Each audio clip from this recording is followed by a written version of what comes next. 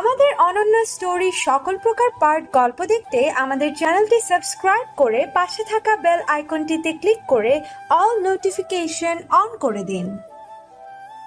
আরে চিনি মানে বেলি তো আমার কলেজের অনেক ভালো ফ্রেন্ড ছিল, বলতে গেলে বেস্ট ফ্রেন্ড। কিন্তু হঠাৎ করেই কোথায় যেন চলে গেল, তারপর আর দেখা হয়নি আমাদের। আর আজ এত বছর পর দেখা হচ্ছে। খুশির মনে খটকা লাগলো। সন্দিহান দৃষ্টিতে তাকালো বেলির দিকে। বেলির চেহারার হাবভাব দেখে খুশির সব ক্লিয়ার হয়ে গেল। ও বুঝতে পারল জিদান সাহেবই সেই লোক যাকে বেলি ভালোবেসেছিল। জিদান সাহেব খুশির উদ্দেশ্যে বলে উঠল, খুশিমা, তুমি কি সেদিন তোমার এই ফবির কথা বলছিলে? বেলি হঠাৎ চকিত কণ্ঠে বলল, আমার কথা মানে? কি বলেছে আমার কথা? খুশি বলে উঠল, সেটা তোমাকে বলবো কেন? এটা আমাদের শ্বশুর বৌমার সিক্রেট, বুঝেছো? বেলি এই পরিস্থিতি থেকে পার পেতে বলল, আচ্ছা আমি এখন আসি, বেশি রাত হলে আবার বাসায় যেতে সমস্যা হবে। খুশি বলে উঠল, আরে যাবে মানে? মাত্রই তো আসলে, একদম যাওয়া চলবে না। আজ রাত আমাদের এখানেই থাকবে তুমি। জিদান সাহেবও বললেন, হ্যাঁ বেলি, খুশিমা ঠিকই বলেছে, রাত করে আজ যাওয়ার দরকার নেই। এত বছর পর তোমার সাথে দেখা হলো, কত কথাবার্তা বলার আছে। আজ কলেজের সেই পুরনো দিনগুলো একটু মনে করা যাবে। প্লিজ আজ থেকে যাও না। প্রহরও বেলিকে থেকে যাওয়ার জন্য রিকোয়েস্ট করলো। বেলি আর মানা করতে পারল না। অগত্যা আজ থাকার জন্য রাজি হয়ে গেল সে। খুশি প্রফুল্লিত কণ্ঠে বলল, সত্যি ওয়াও, অনেক মজা হবে। খুশি জিদান সাহেবের দিকে তাকিয়ে গলা ছেড়ে বলল, আপনি তো ফুপুর ফ্রেন্ড, আপনাদের নিশ্চয় অনেক কথা বলার থাকবে। আপনি বরং ফুপিকে সাথে নিয়ে যান। কফি খেতে খেতে দুজন একটু খুশি গল্প করুন। জিদান সাহেব বলে উঠলেন, নট আ ব্যাড আইডিয়া। বেলি চলো, তোমাকে আমার গরিবখানাটা একটু ঘুরে দেখাই। বেলির প্রচুর নার্ভাস লাগছে, বুকের ভেতর কেমন কাঁপছে। এখানে এসে এমন একটা সিচুয়েশনে পড়ে যাবে তা ভাবতেই পারেনি ও। এখন জিদানের সাথে কিভাবে কথা বলবে ও? কেমন জড়তা কাজ করছে। তবুও সবার জোড়াজুড়িতে বেলি সৌজন্যতার খাতিরে জিদান সাহেবের সাথে রুমের বাইরে পা বাড়ালো। খুশি পেছন থেকে ওদের পানে তাকিয়ে রইল। ও মনে মনে যা ভাবছে তাই যেন হয়। দুটো অসম্পূর্ণ কাহিনী মিলে যেন একটা সম্পূর্ণ উপন্যাস করতে পারে। ছাদের মাঝামাঝি দুটো চেয়ারে বসে আছে জিদান আর বেলি। জোছনার আলোয় চারপাশ পরিস্ফুটিত। বেলির মনের মাঝে তোলপাড় চলছে। সে কি বলবে ভেবে পাচ্ছে না। মনের মাঝে হাজারো শব্দের মেলা জমে থাকলেও এই মুহূর্তে কোনো কথা খুঁজে পাচ্ছে না। মৌনতা ভেঙে জিদান সাহেবই বলে উঠলেন, আচ্ছা বেলি, কিছু মনে না করলে একটা কথা জিজ্ঞাসা করতাম। তুমি হঠাৎ করে ওভাবে কোথায় গায়েব হয়ে গেলে? জানো, তোমার ব্যাপারে আমি অনেকের কাছে জিজ্ঞাসা করেছিলাম, কিন্তু কেউ কিছু বলতে পারেনি। তুমি আমার অনেক ভালো বন্ধু ছিলে, তোমাকে আমি খুব মিস করতাম। জানো, জীবনে একটা ভালো বন্ধু পাওয়াটা খুব ভাগ্যের ব্যাপার। তোমার সাথে যেভাবে আমার সব কথা শেয়ার করতাম, সেভাবে কারোর সাথে পারিনি। তোমার মতো আর কেউই আমার ভালো ফ্রেন্ড হতে পারেনি, এমনকি প্রহরের মাও না। বেলি আবেগময় চোখে জিদান সাহেবের দিকে তাকালো। তার কথার প্রত্যুত্তরে কোনো কথা খুঁজে পাচ্ছে না সে। চোখ সরিয়ে নিয়ে বলল, খুশির কাছে শুনেছি প্রহরের মা নাকি। আচ্ছা, পাপিয়া তো তোমাকে ভালোবাসতো, তাহলে ও তোমাকে ছেড়ে গেল কেন? জিদান সাহেব একটা দীর্ঘশ্বাস ছেড়ে বললেন, ভালো সে আমাকে কখনোই বাসেনি। সে তো শুধু আমার টাকার মেহেও মোহিত হয়েছিল। আর মোহ বেশিক্ষণ কাউকে ধরে রাখতে পারে না, এক সময় ঠিকই সেটা কেটে চলে যায়। পাপিয়াও তেমনই গেছে। আসলে ভুলটা আমারই। ওর বাহ্যিক সৌন্দর্য ভুলে আমি ওর ভেতরটা দেখার চেষ্টা করিনি। আগে যদি ভালো করে পরখ করে দেখতাম, তাহলে আজ উপযুক্ত কেউ আমার জীবনসঙ্গী হতো। যাক, বাদ দাও সেসব কথা। তুমি বলো, তোমার কি খবর? তুমি কিন্তু এখনও সেই আগের মতোই আছো, একটুও বদলাওনি। তা কোথায় থাকো এখন? বেলি মুচকি স্মিত হেসে বলল, এই তো লালবাগ থাকি। এখানকার একটা স্কুলে শিক্ষকতা করি। ব্যাস, পরিবার আর স্কুলের বাচ্চা কাচ্চাদের নিয়ে ভালোই কাটছে জীবন। জিদান সাহেবের হঠাৎ খুশির সেদিনের কথাটা মনে পড়ল।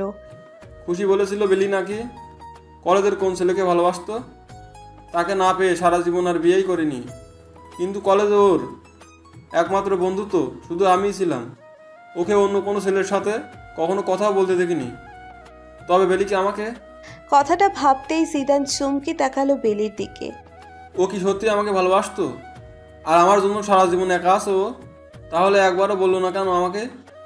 ও যদি আমাকে বলতো তাহলে আমি অন্য কোনো মেয়ের দিকে ফিরেও তাকাতাম না। ওকে কি একবার জিজ্ঞাসা করবো? না না, সিচুয়েশন তাহলে অনেক অকওয়ার্ড হয়ে যাবে, আনকমফোর্টেবল হয়ে যাবে। তার সে যেমন আছে তেমনই থাক। রাত তখন 10টা। ডিনার শেষে প্রহর একটু ওর বাবার সাথে খুশির অপারেশনের ব্যাপারে কথা বলতে গিয়েছিল। কথা শেষ করে রুমে এসে দেখল সারা রুম অন্ধকার। প্রহর দেওয়াল হাতড়িয়ে সুইচটা অন করে সামনে তাকাতেই থমকে গেল। বেডের মাঝখানে ওর বউটা লাল শাড়িতে বিশাল লম্বা ঘোমটা টেনে বসে আছে। প্রহর নিচের ঠোঁট কামড়ে নীরবে একটু হাসল, তারপর এগিয়ে গেল তার প্রিয়তমা স্ত্রীর নিকট। খুশির সামনে বেডের ওপর এসে বসল। মায়াময়ী চোখে তাকিয়ে আলতো হাতে ঘোমটাটা ওঠালো। নববধূ রূপের সামনে বসে থাকা রমণীকে আজ কোনো অপ্সরী থেকে কম মনে হচ্ছে না। মনে হচ্ছে আজ আকাশের ওই চন্দ্র ঈর্ষান্বিত হবে ওর প্রিয়তমাকে দেখে। প্রহর মন্ত্রমুগ্ধের ন্যায় তাকিয়ে আছে খুশির দিকে। তবে হঠাৎ খুশির মুখের এক্সপ্রেশন দেখে ভ্রু কুঁচকে এলো প্রহরের। খুশি দুচোখের পাতা গতিতে দ্রুত পিটপিট করে, কেমন যেন অদ্ভুত মুখভঙ্গি করছে। প্রহর খুশির কপালে হাত ঠেকিয়ে ভ্রু কুঁচকে বলল, খুশি তুমি ঠিক আছো তো? তোমার কি শরীর খারাপ করছে? খুশি থতমত খেয়ে বলল, আরে শরীর কেন খারাপ করবে, আমি একদম ঠিক আছি। তাহলে এমন আজব বিহেভ করছো কেন? খুশি দাঁত কিরিমিরি করে বিরক্তির সুরে বলল, আজও বিহেভ ধ্যাত। আরে আমি তো লজ্জা পাচ্ছিলাম, ফুপি বলেছে বাসর ঘরে নাকি লজ্জা পেতে হয়, এটা কম্পালসরি। আর আজ তো আমাদের ফার্স্ট নাইট, তাই তো আমি লজ্জা পাওয়ার চেষ্টা করছি। প্রহর কতক্ষণ কপাল কুঁচকে খুশির দিকে তাকিয়ে রইল, তারপর হঠাৎ শরীর কাঁপিয়ে হেসে উঠল। হাসতে হাসতে বিছানায় গড়াগড়ি খাচ্ছে সে। হাসতে হাসতে বলতে লাগলো, লাইক সিরিয়াসলি? তুমি আর লজ্জা? ও খুশি, ইউ আর সো ফানি। আমার জীবনের বেস্ট বিনোদন ছিল এটা। খুশির রাগে শরীর রেডি করছে। পাশের বালিশটা তুলে প্রহরের ওপর বাড়ি মারতে মারতে বলল, ফানি জোকার মনে হচ্ছে আমার তোমাকে? এত সুন্দর করে সেজে গুজে বসে আছি আর ওনার কাছে সব ফানি লাগছে। দেখাচ্ছি মজা তোমাকে, এই নাও এই নাও, আরো মজা নাও। প্রহর এবার খুশির হাত ধরে টান দিয়ে নিচের বুকে এনে ফেলল। এক হাতে কোমর চড়িয়ে ধরে অন্য হাতে খুশির গালে রেখে মুচকি হেসে বলল, আরে আরে ব্যাস করো, বিয়ের প্রথম দিনই স্বামী পেটাচ্ছ? কি সাংঘাতিক বউ তুমি। খুশি দুষ্টু হেসে বলল, ভালো হয়েছে, যে স্বামী বউকে নিয়ে মজা করে তার সাথে এমনই হওয়া উচিত। এত মেহনত করে সাজলাম, তার একটু প্রশংসা করলো না। প্রহর মায়া ভরা চোখে তাকিয়ে আবেগী কণ্ঠে বলে উঠল, কি করে করবো প্রশংসা? তোমার সৌন্দর্য জাস্টিফাই করতে পারি এমন কোনো ভাষা যে আমার জানা নেই। তোমার রূপে যে বাক্যহীনতায় ভুগি, নিজেকে কেমন মূর্খ বালক মনে হয়। প্রহরের হৃদস্পর্শী কথায় মোহিত হয়ে গেল খুশি। ঘোর লেগে গেল বৃষ্টি জুড়ে। খুশি প্রহরের গালে হাত রেখে ভাবপ্রবণ কণ্ঠে বলে উঠল, প্রহর, আমি আজ পুরোপুরি তোমার হতে চাই, মিশে যেতে চাই তোমাতে। আমাকে নিজের গহ্বরে টেনে নাও। প্রহর আস্তে করে খুশিকে পাশে কাত করে দিয়ে খুশির গালে হাত বুলিয়ে মায়াময়ী কণ্ঠে বলল, এই মধুর মিলন আমিও চাই খুশি, তবে এখন না। তুমি এখন অসুস্থ খুশি, তোমার শরীরের কন্ডিশন এখন সুস্থ সবল না। এই অবস্থায় তোমার সাথে ফিজিক্যাল হলে তুমি আরো অসুস্থ হয়ে পড়বে, যেটা আমি কখনোই করতে পারবো না। একবার তুমি পুরোপুরি সুস্থ হয়ে যাও, তারপর আমরা আমাদের সুখী জীবনের শুভারম্ভ করবো। খুশি ছলো ছলো চোখে তাকিয়ে ধরা গলায় বলল, কিন্তু সেদিন যদি কখনো না আসে, যদি আমি আর না ফিরতে পারি, কালকের কি ভরসা? প্লিজ প্রহর, আমি যাবার আগে তোমাকে অন্তত স্বামীর সুখটুকু দিয়ে যেতে চাই। এটুকু অন্তত তোমার জন্য করতে দাও আমাকে, প্লিজ। অনেক বেশি বলতে শিখে গেছো তুমি। কে বলেছে তুমি ফিরবে না? তুমি অবশ্যই ফিরবে, আমার বুকে ফিরবে। তারপর আমাদের দুটো টিম বানানোর পরিকল্পনা ভুলে গেছো? সেটা কার্যকরী করতে হবে না? আর কে বলেছে শুধু স্ত্রী দেহভোগী স্বামীর সুখ পাওয়া যায়? এই যে তুমি আমার বুকের মাঝে শুয়ে আছো, এটা যে কত বড় সুখকর অনুভূতি দেয় তা হয়তো তোমাকে আমি বলে প্রকাশ করতে পারবো না।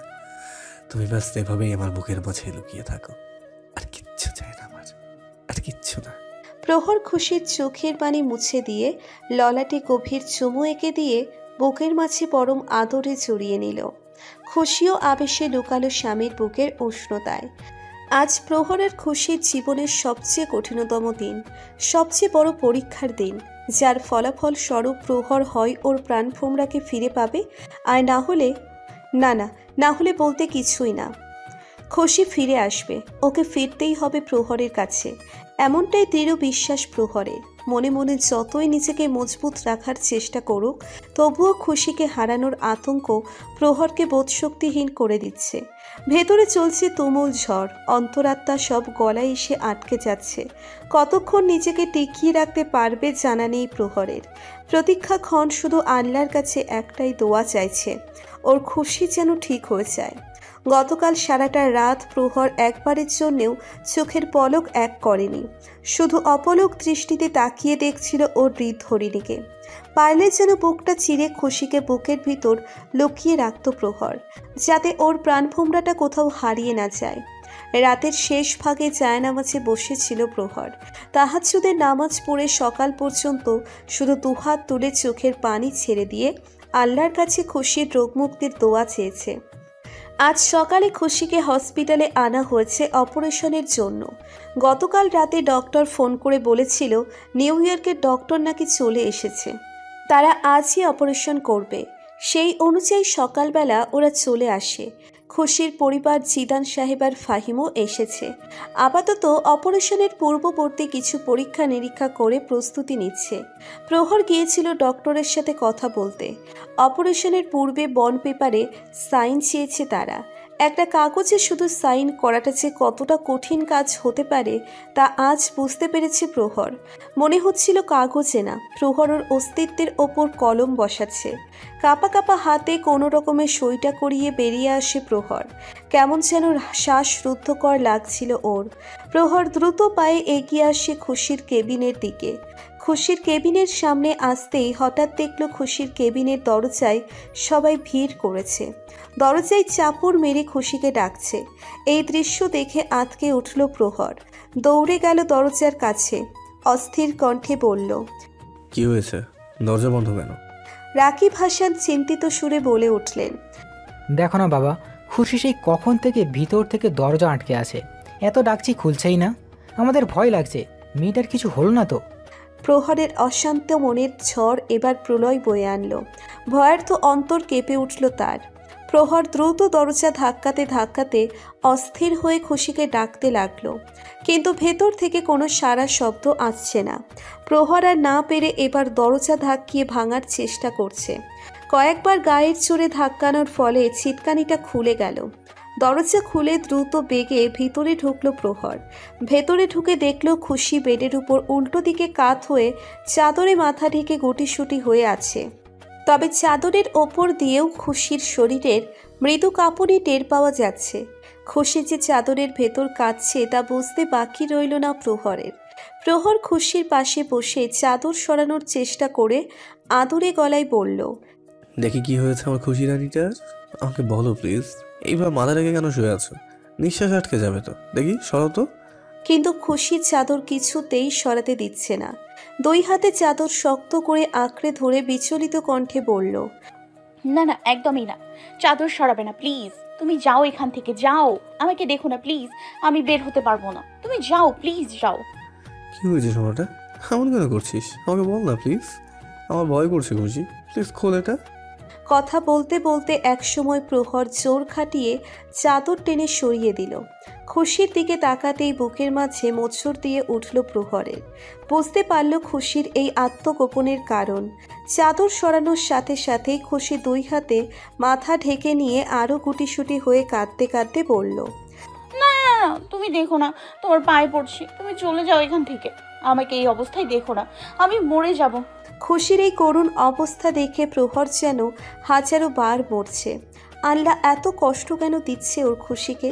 আর যে সহ্য হয় না। ওর সব কষ্ট আমার কেন হয়ে যায় না? অপারেশনের জন্য নার্স এসে খুশির চুল ফেলে ন্যাড়া করে দিয়ে গেছে। সেজন্যই মেয়েটা এমন করছে। মেয়েটার তার চুলগুলো খুব প্রিয় ছিল, আর সবচেয়ে প্রিয় ছিল প্রহরের কাছে। এলোমেলো চুলগুলো প্রহরের মুখের উপর এসে যখনই বাড়ি খেত তখন মনে হতো যেন শ্রাবণের মেঘগুলো এসে ওকে ভিজিয়ে দিয়ে যাচ্ছে। খুশি যখন অ্যাটিটিউড দেখিয়ে চুলগুলো হাত দিয়ে ছটকা মারত তখন প্রহর যেন ফিদা হয়ে যেত। খুশিকে এমতো অবস্থা দেখে খুশির মাও নিচের কান্না ধরে রাখতে পারলেন না। মুখে আঁচল চেপে ডুকরে কেঁদে উঠলেন তিনি। খুশি যাতে বুঝতে না পারে তাই দৌড়ে বাইরে চলে গেলেন তিনি। তার পিছে পিছে বাকিরাও চলে গেলেন। এই মুহূর্তে শুধু প্রহরই পারবে খুশিকে সামলাতে, তাই ওদের একা ছেড়ে বাকিরা বাইরে চলে গেলেন। প্রহর নিজেকে একটু সামলে নিয়ে খুশির হাত ধরে নিচের দিকে ঘোরানোর চেষ্টা করে বলল, প্লিজ এমন করো না সোনা, ঘোরো আমার দিকে, একবার তাকাও প্লিজ। খুশি কাঁদতে কাঁদতে বলল, না না না, আমি ঘুমাবো না, তুমি যাও এখান থেকে প্লিজ। আমাকে দেখো না এভাবে, এভাবে দেখলে তোমার ঘৃণা লাগবে। প্রহর এবার জোর করে খুশিকে নিচের দিকে ঘোরালো। কাঁদতে কাঁদতে খুশির চোখ মুখ লাল হয়ে গেছে। প্রহর দুই হাতে খুশির মুখটা আগলে ধরে কপালে কপাল ঠেকিয়ে আবেগী কণ্ঠে বলল, এই ময়না পাখি, এমন করছিস কেন? একটু শান্ত হো না, তাকা আমার দিকে, একবার এই চোখে চোখ রেখে দেখ না। আমি পারবো না প্রহর, নিজেকে আমার বেবস্ত্র মনে হচ্ছে। মনে হচ্ছে আমাকে বস্ত্রহীন করে দিয়েছে। যেখানে আমি নিজেই নিজেকে দেখতে পারছি না সেখানে তুমি কিভাবে দেখতে পারবে? আমাকে দেখলে তোমার ঘৃণা লাগবে, আমি সহ্য করতে পারবো না। এর চেয়ে তো মরে গেলেও ভালো। প্রহর এবার চোয়াল শক্ত করে ধমকের সুরে বলল, বাস, অনেক হয়েছে। কি তখন থেকে আবল তাবল বলে যাচ্ছ? তুমি কি আমাকে এতটুকুই চিনেছ? তোমার প্রহরের ভালোবাসা কি এতটাই ঠুনকো? আমি কখনোই তোমার রূপের মুখে তোমাকে ভালোবাসিনি খুশি। তাহলে রূপ কমে গেলে ভালোবাসা কমে যাবে কেন? কে বলেছে তোমাকে এসব পচা কথা? তুমি আগেও আমার কাছে যা ছিলে এখনো তাই আছো, আর ভবিষ্যতেও তাই থাকবে। তোমার শারীরিক কোনো পরিবর্তন আমার ভালোবাসার উপর ভারী হতে পারবেই না, কখনো না। তুমি যেমনই হও না কেন, আমার কাছে তুমি পৃথিবীর সব থেকে সুন্দরী নারী, আমার অবস্থরী, আমার খুশি রানী। বুঝতে পেরেছ? আর কখনো এসব বাজে বাজে কথা বলবে না। আর এটা তো টেম্পোরারি করা হয়েছে, সবসময় কি এমনই থাকবে নাকি তুমি? অপারেশন হয়ে গেলে দেখবে কিছুদিনের মধ্যে আবারও আমার সেই কেশবতী কন্যার ঘন কালো কেশের পাহাড় ফিরে আসবে। খুশি তাও কেঁদেই যাচ্ছে। প্রহর এবার বলে উঠল, ঠিক আছে, তোমার মাথায় চললে এইটা তো তোমার সমস্যা। ঠিক আছে, আমি এক কাজ করি, আমিও আজকেই নাড়া করে ফেলি, তখন দুজনেই একরকম হয়ে যাব, তাহলে তার সমস্যা নেই, তাই না? হ্যাঁ? খুশি এবার চমকে উঠে বলল, এই না না না, খবরদার এমন করবে না, তাহলে কিন্তু আমি তোমাকে কখনো মাফ করবো না। প্রহর মুচকি হাসল। চোখ দিয়ে ঝরে পড়ল নোনা জল। খুশির কপালে সময় নিয়ে একটা গভীর চুমু খেয়ে বলল, তাহলে কান্নাটা বন্ধ করো না সোনা পাখি, তাহলে কিন্তু আমি সত্যি সত্যি এখন নাড়া করে ফেলবো। তখন তোমার টাকলা বরের সাথে থাকতে হবে কিন্তু তোমাকেই। খুশি অশ্রুসিক্ত চোখে হেসে দিয়ে প্রহরকে জড়িয়ে ধরল। অবশেষে সেই মুহূর্তটা চলেই এলো। এখন সময় সকাল 11টা। 11:30 অপারেশন থিয়েটারে নিয়ে যাওয়া হবে খুশিকে। সবাই যেন কুঁকড়ে আছে। অপারেশনের আগে শেষবারের মতো খুশি সবার সাথে দেখা করতে চাইল। সবার প্রথমে এলো খুশির মা বাবা। দুজনেরই চোখের পানি থামছে না কিছুতেই। নিজের নারী ছেঁড়া ধন কলিজার টুকটোকে তারা প্রাণ ভরে দেখছে। না জানি আর এই মুখ দেখা তাদের নসিবে হবে কিনা। আজ শাহিলা বেগমের মতো শক্ত মনের মানুষও যেন সবচেয়ে বেশি দুর্বল হয়ে পড়েছে। কেনই বা হবে না, সে যে মা। আর এক মায়ের বুকে সন্তান হারানোর ভয় যখন হানা দেয় তখন সব শক্ত দেওয়ালি ভেঙে পড়ে। মায়ের কাছে সন্তানের চেয়ে বড় দুনিয়াতে আর কিছুই নেই। লোকে বলে সন্তান হারালে নাকি মায়ের কলিজায় ছিদ্র হয়ে যায়। শাহিলা বেগমেরও একই অনুভব হচ্ছে। মেয়ের সামনে আসতেই কান্নায় ভেঙে পড়লেন তিনি। মুখ দিয়ে কোনো কথাই বের হচ্ছে না তার। রাকিব হাসান তাকে ধরে রাখছেন আর নিজেও চোখের পানি ছাড়াচ্ছেন। তাদের মন চাইছে আবারও সেই ছোটবেলার মতোই মেয়েটাকে বুকের মাঝে আগলে রাখুক। খুশি হাত বাড়িয়ে ওর মা বাবাকে কাছে ডাকলো। ওরা খুশির কাছে এসে বসলো। খুশি ওর মা বাবার চোখের পানি মুছে দিয়ে জোরপূর্বক হেসে বলল, আরে আরে, এত কাদার কি আছে? মনে হচ্ছে আমি এখনই পরপারে চলে গেছি। আর আম্মু, তোমাকে এভাবে কাঁদলে কিন্তু একদম মানে না। তোমাকে তো রাগী ভাবেই মানায়। একবার আবারও সেই আগের মতো করে বকো না আমাকে আম্মু, প্লিজ, শুধু একবার। সাহিলা বেগম আরও বেশি কান্নায় ভেঙে পড়লেন। তবুও খুশির মন রাখতে কোনো রকমে বলে উঠলেন,